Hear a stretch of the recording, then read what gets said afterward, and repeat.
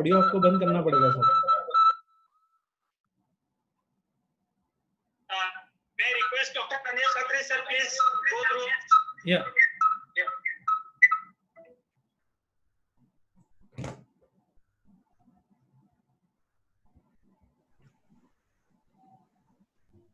I request Dr. Anil Khatri. Yeah, I'll do that. Yeah. So it's really heartening to see the amount of interest being generated all over the country, and I'm happy to be part of this webinar. Can you please share the further slides? I hope I'm audible. Yes, sir. Very much. Yeah. So as we all know, sickle cell anemia is a genetic disorder and has a very prevalence all over the country. It's a major public health issue with more than 50% of the world sicklers being carriers in India. Gene prevalence in different tribal groups of India is 5 to 34%. And even in Gujarat, our study shows a prevalence of at least 10% in the tribal community. Next, please. It's a major health problem in tribal Gujarat. There are 12 districts, but the eastern tribal belt from Ambaji to Banaskantha in North Gujarat and from Dharampur to Valsad in South Gujarat, they are the majorly affected districts. Next, please. I'll share with you the progress of a sickle cell anemia control program. It started with 5 districts of South Gujarat in 2006. The most important part was it was a PPP basis, public-private partnership basis, because if we put the onus on the governments and public health authorities to do everything, I think we will very, very slowly on these fronts. So our experience of 15 years shows that being on a PPP basis makes it very effective and very fast also. So within 2 years, we extended to the remaining 7 tribal districts. So we could cover all 12 districts of Gujarat. In 2011, we got more organized. We had the formation of this Gujarat Sickle Cell Anemia Control Society, so that different departments working could integrate and they could complement each other's efforts rather than working in different directions and having different objectives. So with that in mind, we started in 2011, and last 10 years we have a tremendous progress. 2012, we outsourced screening to qualified, competent and dedicated agencies, because government doctors, medical colleges, our CHCs, they are all preoccupied with so much other medical work. So to expect from them community programs and large screening programs was something too much. So screening was outsourced to different agencies. And since 2015, we also initiated the prenatal diagnosis program. Since 2017, we are giving pneumococcal vaccine to all patients of sickle cell disease. Next, please. Objectives of our policy are to reduce burden of sickle cell disease and thereby increase productivity, longevity, and give a quality of life among the tribal population through screening practices throughout the life stages, followed with an early diagnosis, prompt treatment, and counseling is a very, very important part of our strategy for preventing transmission of disease to the next generation. Because as Dr. Gaurav was just mentioning, by 2015, we expect a huge number of patients all over the globe. But since last 5 years in Gujarat, we have already charted our course, and we plan to go very fast on it and see that less and less number of children are being born with sickle cell disease. Next, please. Outcomes could be measurable outcomes, which we look for are a zero sickle cell disease childbirth, prevention to a larger extent of deaths from crisis, also an improved health status and quality of life for all patients suffering from sickle cell disease. Next, please. The components of our program are early diagnosis of disease through antenatal screening, adolescent screening, newborn screening, and prenatal diagnosis, and prevention through marriage counseling. That means a premarital testing of the adolescents, college-going students, and counseling them for selecting a partner in the marriage, followed by genetic counseling and building community awareness, because largely earlier the literacy rate was also less amongst the tribal population. But now over the last 5 years, with lot many programs initiated by the government of Gujarat regarding improving the literacy rates, it has become more easier to get to the grassroots and explain to the young children and adolescents. So literacy also plays an important role in helping us build community awareness. Next, please. Uh, Now, how to target the reduction in crisis and mortality? It has to be through supportive treatment. Regular follow-up and counseling is must. We have to give hydroxyurea to all indicated. Pneumonia is the main culprit, so pneumococcal vaccination and follow-up. And we have advanced tertiary care centers, so that a center where a patient initially approaches and with developing complications, an early referral is possible, where the tertiary centers, which are well identified in advance, take care of the complications so that mortality is less. Along with that, we have a regular training program for healthcare providers, and we have, to a large extent, taken the services of ASHA workers. There have been various training programs for these ASHA workers, so that they can spread the awareness regarding precautions to be taken by the sicklers, and as well as to avail of early treatment, recognition of crisis and all. So because they are on a door-to-door basis, moving in the community, they have played a great role. All the members and even teachers have been counseled. We have prepared a very good program manual, which is very effective in imparting this training to all concerned. Next, please. Sickle cell card, everybody knows. When we do a screening program, we have this color coding so that they could easily understand. And they have been just counseled that a person with a half yellow card should not marry with another person having a half yellow card. Next, please. For couples where both our partners are positive, we offer them prenatal diagnosis.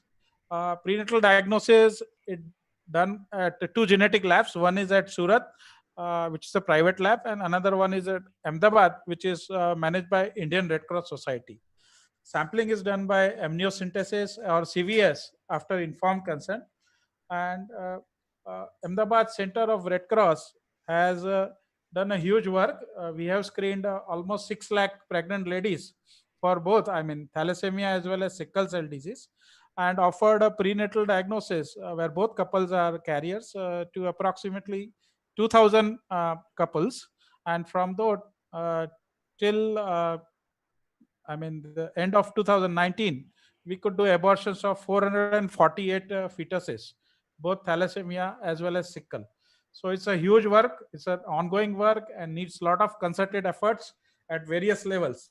We also plan to develop a prenatal diagnosis center at Surat, because Surat is the center point in South Gujarat and also has very good facilities, so that the tribal people don't have to travel way back to Ahmedabad. They can avail services of a nearby place. Next, please. Regarding treatment being offered to patients, all patients are given totally free treatment at various levels at PHC, CHC, and district hospitals. Hydroxyurea is also given free. Pneumococcal vaccine is also given free. Blood transfusion is also free for all sickle cell patients. Besides that, there is a regular checkup. Even if they are not suffering from that, at Red Cross, we have a huge program where about 4,000 sickle cell disease patients, twice in a year on the Mamta Divas, they all attend the PHC, where our team, it takes their samples, and we do a biochemical profile regarding to their HB levels, counts, their LFTs, their viral status. This is a routine, and out of those, we try to identify those requiring early management. All those reports, all the 4,000 reports are being seen by experts at Ahmedabad, and there is an immediate telephonic guidance given to the patients in the needs as well as to the doctors at the peripheral, PHC, attending to these patients. So it's a mechanism of monitoring the patient to reduce their complications. We have also developed our own guidelines for primary, secondary, and tertiary level treatment.